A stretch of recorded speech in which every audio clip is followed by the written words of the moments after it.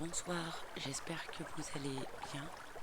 Vous avez passé une très bonne semaine. Alors je sais que mes mots peuvent être répétitifs chaque samedi, mais je ne vois pas vous dire autre chose.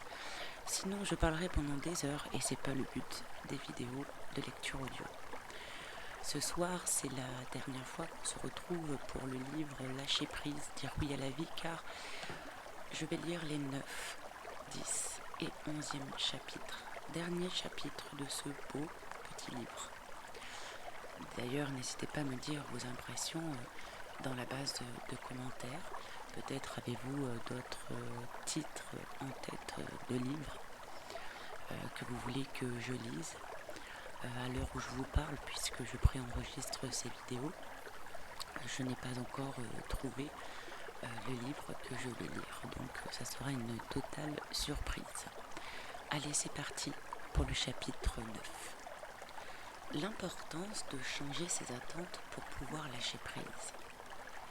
Lâcher prise avec sagesse permet d'économiser son énergie, de garder l'esprit clair, de trouver des solutions, de jouir de ce qui se vit ici et maintenant dans sa vie. Cela permet encore d'augmenter son amour pour soi-même et tous les autres. Ainsi s'exprimait le grand thérapeute Ken Keyes, à qui j'empruntais quelques-uns des concepts qui suivaient concernant le lâcher-prise. L'un des plus intéressants concepts décrits par Ken est celui qui concerne la nécessité de différencier les dépendances des préférences. C'est à cet endroit précis que se situe le cœur de la démarche du lâcher-prise. Chaque personne peut vivre dans la joie, l'amour, la paix intérieure, en lâchant prise du passé, des regrets, des offenses, de l'amertume. Alors pourquoi tant de gens vivent-ils dans ces émotions-là pendant de longues périodes de leur vie? Parce que ces personnes ont des attentes dépendantes vis-à-vis de leur entourage et des situations qu'elles rencontrent. En d'autres termes, parce qu'elles se sentent frustrées, irritées et malheureuses lorsque leurs désirs ne sont pas satisfaits. Ce mal-être perturbe leur paix intérieure, leur paix d'esprit, crée des tensions dans leur corps et les amène à se sentir émotionnellement séparées des autres. Lorsque elles se trouvent dans cet état désagréable, elles n'arrivent plus à lâcher prise, à diriger leur attention vers autre chose.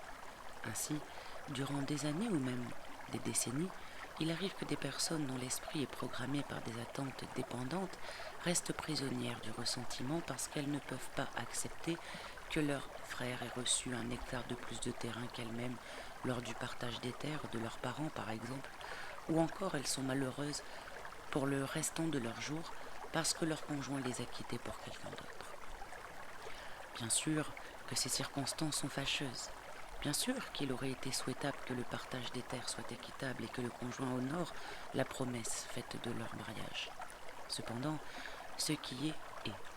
Ce n'est pas cette réalité qui crée le mal-être des personnes en question, mais la façon dont elles interprètent leur programmation mentale. C'est le fait qu'elles font entièrement dépendre leur paix intérieure de ce qui se passe à l'extérieur. Il existe une autre possibilité, un autre chemin à prendre. C'est celui des préférences.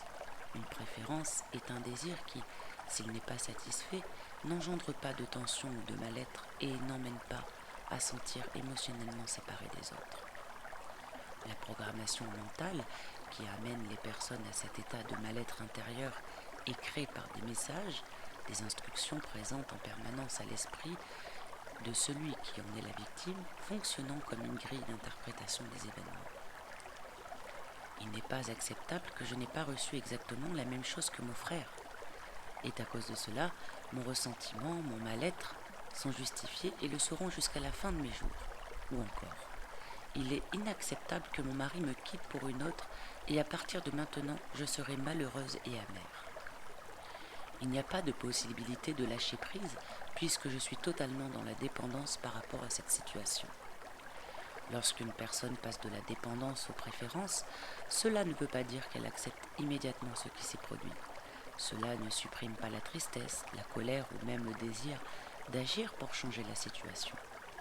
Cela veut simplement dire que les événements qui se sont produits n'ont pas donné naissance à des émotions de séparation comme la haine et la jalousie. Au contraire, la paix intérieure, la sérénité peuvent être retrouvées et doucement croître dans la personne qui peut alors lâcher prise pour aller vers ce qui vient. Tout au long de notre vie, dans tous les détails quotidiens, nous sommes constamment placés devant ce choix, préférence ou dépendance. Imaginons que Jeanne se sente frustrée et abandonnée parce que Paul lui a promis qu'il rentrerait du travail vers 18 heures. Il est déjà 19 heures et Paul n'a pas appelé. Si l'on considère cette situation, il apparaît ceci. Jeanne crée l'expérience de la frustration et de l'isolement parce que sa programmation mentale exige que Paul fasse ce qu'il dit et qu'il rentre à 18 heures. Ce n'est pas Paul qui est à l'origine de la frustration de Jeanne par rapport à Paul. Imaginons qu'à 18h05, une grande amie de Jeanne qu'elle n'a pas revue depuis longtemps ait sonné à la porte. Cette dernière aurait alors tout à fait oublié que son mari était en retard. Elle n'aurait pas ressenti cette frustration et cet abandon. Ce n'est donc pas Paul qui a été à l'origine de ces sentiments ressentis. Ainsi, les attentes dépendantes sont la cause principale de l'impossibilité de lâcher prise. C'est nous-mêmes qui pouvons changer notre programmation mentale. Exemple. Je vous propose ce questionnaire en vue d'une réflexion personnelle. Qu'est-ce qui me fait souffrir en ce moment? Qu'est-ce qui m'irrite? Quelles sont mes frustrations? Puis, pour chacune de ces frustrations, irritations, souffrances, il convient de vous demander quelle est l'attente dépendante à l'origine des ressentis. Chapitre 10. Lâcher prise à l'aide de la visualisation. Lâcher prise est nécessaire pour vivre pleinement le moment présent, pour éviter de ressasser un passé mort et de se soucier d'un futur imaginaire. Si beaucoup sont persuadés de cela, il n'en reste pas moins que la pratique du lâcher-prise n'est pas toujours aisée. Comme nous l'avons vu, parmi les moyens d'aller vers le lâcher-prise, la prise de conscience et de responsabilité marque le début du processus.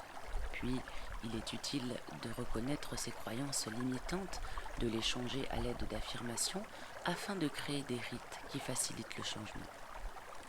Parmi les outils qui facilitent le lâcher-prise, la visualisation peut être très utile. La visualisation est une technique qui se base sur le fait de créer avec son imagination une image de ce que l'on veut atteindre. Chacun de nous visualise quotidiennement ce que nous allons faire, où nous voulons aller, comment nous allons nous y prendre pour atteindre un but. Lorsque nous désirons nous rendre à une adresse, au centre d'une ville connue avec notre voiture, nous visualisons le parcours à accomplir. Nous voyons les rues, les carrefours, les rues à sens unique. Sans cette capacité, nous ne pourrions pas atteindre notre destination.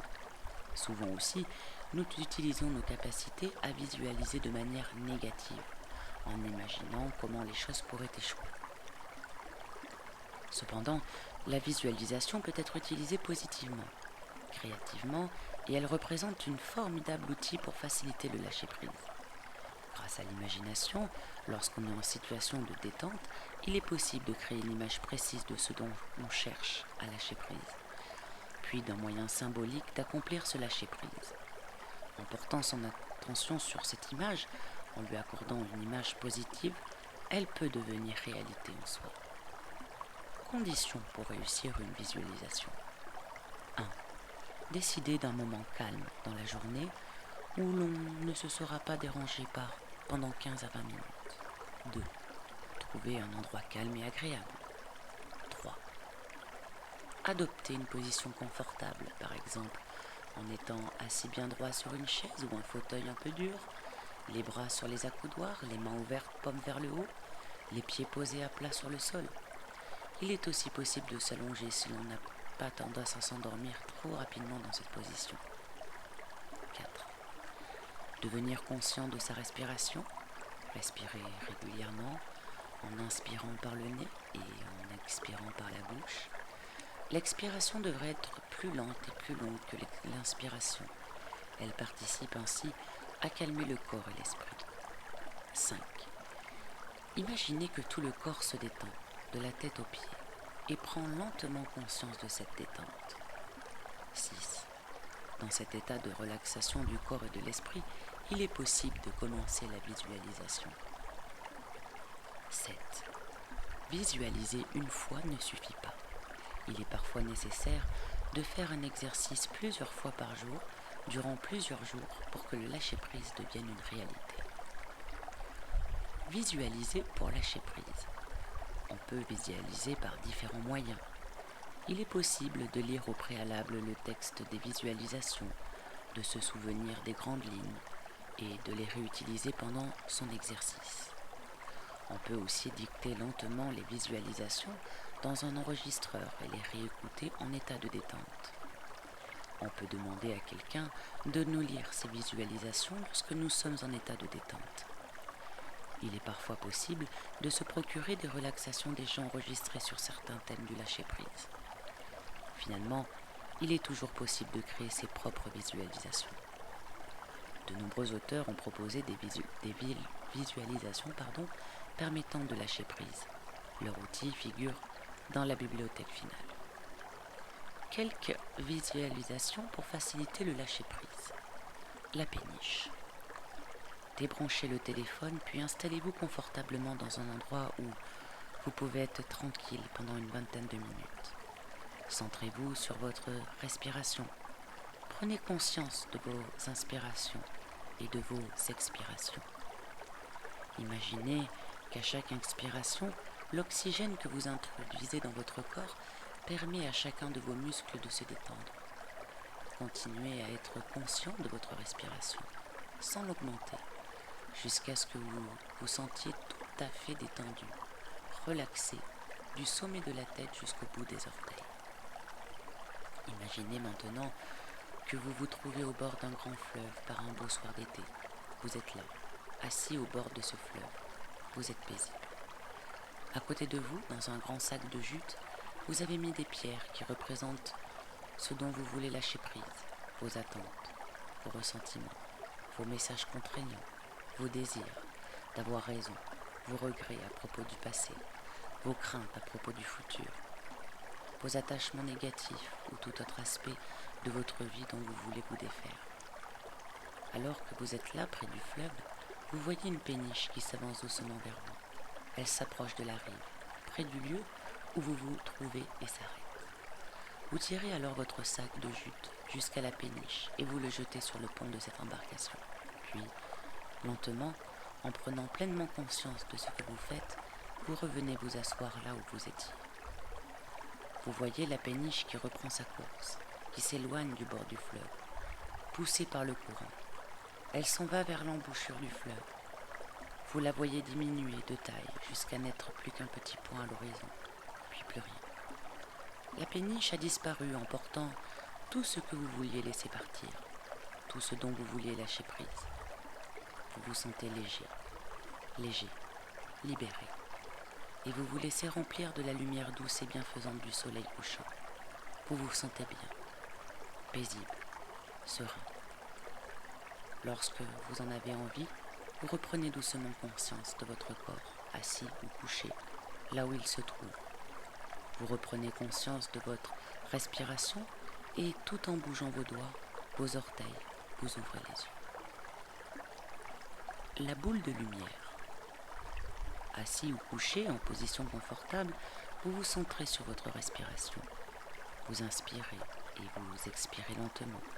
Alors que tout votre corps se détend, se relaxe, alors que vous êtes ainsi détendu, relaxé, vous imaginez toutes les pensées dont vous voulez vous débarrasser, les croyances limitantes, les ressentiments, comme autant de petits nuages à l'intérieur de votre tête. Puis, vous imaginez qu'une boule de lumière apparaît au sommet de votre tête, une lumière bienfaisante, douce, capable de faire disparaître toutes les pensées négatives dont vous voulez lâcher prise. Alors, petit à petit, cette lumière douce, bienfaisante, entre à l'intérieur de votre tête et, à mesure qu'elle avance, elle nettoie, purifie, fait disparaître toutes les pensées dont vous voulez lâcher prise. tous ces petits nuages d'énergie négative. À mesure qu'elle entre dans votre tête, vous vous sentez détendu, en paix. Vous laissez cette lumière entrer dans votre corps tout entier, dans votre thorax. Votre respiration se calme, s'apaise. Les battements de votre cœur sont de plus en plus paisibles. Dans votre abdomen, cette lumière bienfaisante apaise et purifie tout votre corps jusqu'au bout des orteils. Vous vous sentez bien, détendu. Toutes les pensées dont vous vouliez lâcher prise ont été emportées par cette lumière bienfaisante. Et vous décidez de les remplacer par des pensées positives. Des pensées de gratitude, par exemple, pour tout ce que la vie vous a accordé. Puis, lentement, vous reprenez conscience de votre respiration. Vous bougez les doigts, les orteils, et à votre rythme, vous revenez doucement dans la pièce où vous vous trouvez, prêt à accueillir la suite de votre journée ou de votre nuit. Lâchez prise de ces soucis et préoccupations en les remettant à une puissance supérieure. De nombreuses personnes pratiquent le lâcher-prise en confiant leurs préoccupations, leurs difficultés à une puissance supérieure, Dieu, Jésus-Christ, Allah, la conscience supérieure ou tout autre nom qu'ils donnent à tout ce, tout autre. Il existe aussi une visualisation que de nombreuses personnes trouvent utile pour faciliter le lâcher-prise. La voici. Vous vous installez confortablement et vous vous centrez sur votre respiration. Tout doucement, vous lâchez prise de toutes les tensions. Vous êtes détendu, toujours plus détendu. Dans cet état de détente, vous clarifiez dans votre esprit ce qui vous préoccupe, ce qui vous cause du souci. Ce peut être votre travail ou encore des préoccupations liées à vos relations avec une personne importante pour vous. Quelle que soit cette préoccupation ou cette personne pour qui vous vous faites du souci, imaginez que vous l'emballez dans une magnifique boîte entourée de papier cadeau, puis, portant ce paquet qui est léger, vous montez un long escalier au sommet duquel Jésus ou toute autre puissance supérieure est assis. Il ou elle vous sourit, vous tend les bras, prêt à accueillir votre préoccupation. Vous déposez votre paquet à ses pieds et vous attendez jusqu'à ce qu'il l'ait ouvert et qu'il ait pris cette personne ou cette préoccupation dans les bras. Vous réalisez qu'il va en prendre soin et que vous pouvez lui faire entièrement confiance. Maintenant, vous repartez et vous redescendez l'escalier. À mi-chemin, vous vous retournez une dernière fois et vous entendez cette puissance supérieure vous dire « Va en paix, je prends soin de celui ou de ceux que tu m'as confiés. » Paisible et serein, vous continuez à descendre les marches de l'escalier, libéré du poids des préoccupations que vous portiez. Détendu et léger, vous reprenez contact avec votre respiration et revenez doucement dans la pièce où vous vous trouvez. Dernier chapitre, voici le chapitre 11. Lâcher prise et spiritualité. Ces dernières années, de nombreux chercheurs se sont penchés sur le développement de la dimension spirituelle chez l'être humain. Parmi eux, citons Carl Graf, Durkheim, Jean-Yves Leloup, Bénédicte Rochelle, Matthew Fox et Harry Moody. Chacun, à sa manière, reconnaît une sorte de chemin ou d'itinéraire qui conduit l'être humain de prendre conscience de sa dimension spirituelle. Quel que soit ce chemin et quelle que soit la description, ces étapes à parcourir, ce qui semble ressortir à tous ces travaux, comme du reste de toutes les grandes traditions religieuses, c'est la nécessité d'apprendre à lâcher prise. Un jour, un savant vint visiter un maître spirituel et lui annonça qu'il venait pour apprendre chez lui la voie de la sagesse. Le maître ne répondit rien, il se contenta de verser du thé dans la tasse du savant. La tasse étant pleine, le maître continuait à verser et le thé se répandit sur le sol. « Mais que faites-vous » demande d'une voix irritée le savant. « Vous êtes comme cette tasse de thé, répondit le maître, remplie, débordant d'opinions, de plans, de désirs. Aussi longtemps que vous n'aurez pas vidé votre tasse complètement, je ne pourrai pas y verser la connaissance de la sagesse que vous recherchez. » Toute démarche spirituelle comprend un élément de lâcher prise. Lâcher prise des certitudes. Donner de l'importance à sa dimension spirituelle, cela veut dire accepter de croître, de changer, d'évoluer. C'est parfois accepter de remettre en question ses certitudes religieuses, celles qui sont données par les traditions et interprétations séculaires pour se mettre directement à l'écoute du tout autre, comme le nomme Graf Durkheim. C'est lâcher prise des catégories, des définitions simplistes de ce qui constitue le bien et le mal, et oser s'avancer vers des compréhensions nouvelles de ce qui a toujours semblé évident jusqu'à là. Ce lâcher prise peut sembler bien dangereux parfois, mais quelle ouverture profonde il permet. Je me souviens du jour où j'ai lu l'interprétation de l'histoire d'Adam et Ève au Jardin d'Éden, faite par un chercheur juif, rabbin très connu, Harold Kushner. Pour lui, en s'appuyant sur les dernières recherches à propos de la Bible, l'histoire de la pomme mangée par Ève et Adam n'est pas l'histoire d'une désobéissance ou d'une punition, mais bien l'extraordinaire récit de l'évolution de l'être humain qui passe de la vie animale à la vie pleinement humaine, où existe le bien et le mal. Croquer la pomme, c'était accéder à l'humanitude, c'était devenir pleinement participant à la création, c'était accéder à la responsabilité. S'ouvrir à d'autres vues, d'autres compréhensions, oser considérer des interprétations nouvelles de ce qu'on a toujours cru évident, voilà le lâcher-prise qu'exige le développement de la dimension spirituelle. Lâcher prise de ce qui n'est pas essentiel. Graf Durkheim décrit le chemin vers la dimension spirituelle comme la prise de contact avec l'être essentiel qui est en nous et qui a la nostalgie d'une relation étroite avec le tout autre. Par quelques noms qu'on le nomme, pour entrer en contact avec cet être essentiel en nous, il est indispensable de lâcher prise des préoccupations de notre être existentiel. En effet, tous les moments de notre vie peuvent être occupés par des préoccupations matérielles. Faire plus, gagner plus, arriver, aller plus loin, obtenir mandat politique, devenir directeur de sa firme, élever ses enfants, agrandir sa maison, changer de voiture, contacter une assurance vie, organiser ses vacances, perdre du poids, aller chez le coiffeur, faire du sport, et la liste peut continuer ainsi à l'infini. Notre être existentiel est si fortement investi dans les préoccupations de la vie courante qu'il ne reste plus une minute pour entrer en contact avec notre être essentiel et avec le tout autre. C'est en lâchant prise doucement de tout ce qui n'est pas essentiel que petit à petit la dimension spirituelle en nous peut croître et se développer. Lâcher prise des jugements. Développer sa dimension spirituelle, c'est lâcher prise des jugements à propos de soi-même et de ceux qui nous entourent. Ne jugez pas afin de n'être point jugé. Tout au long de notre vie, nous avons appris à mettre les gens dans des catégories, les bons, les mauvais, les justes, les menteurs, les noirs, les blancs, ceux d'ici, ceux d'ailleurs, les étrangers, ceux qui ont réussi et ceux qui ont échoué, les croyants, les non-croyants. Ces catégories rendent notre monde plus prévisible. Elles augmentent notre fausse sécurité. Elles nous donnent l'illusion de contrôler la situation. Malheureusement, elles sont incompatibles avec toute vraie vie spirituelle. Pour être en contact avec son être essentiel, il est indispensable de lâcher prise toutes ces catégories, de tous ces jugements de valeur.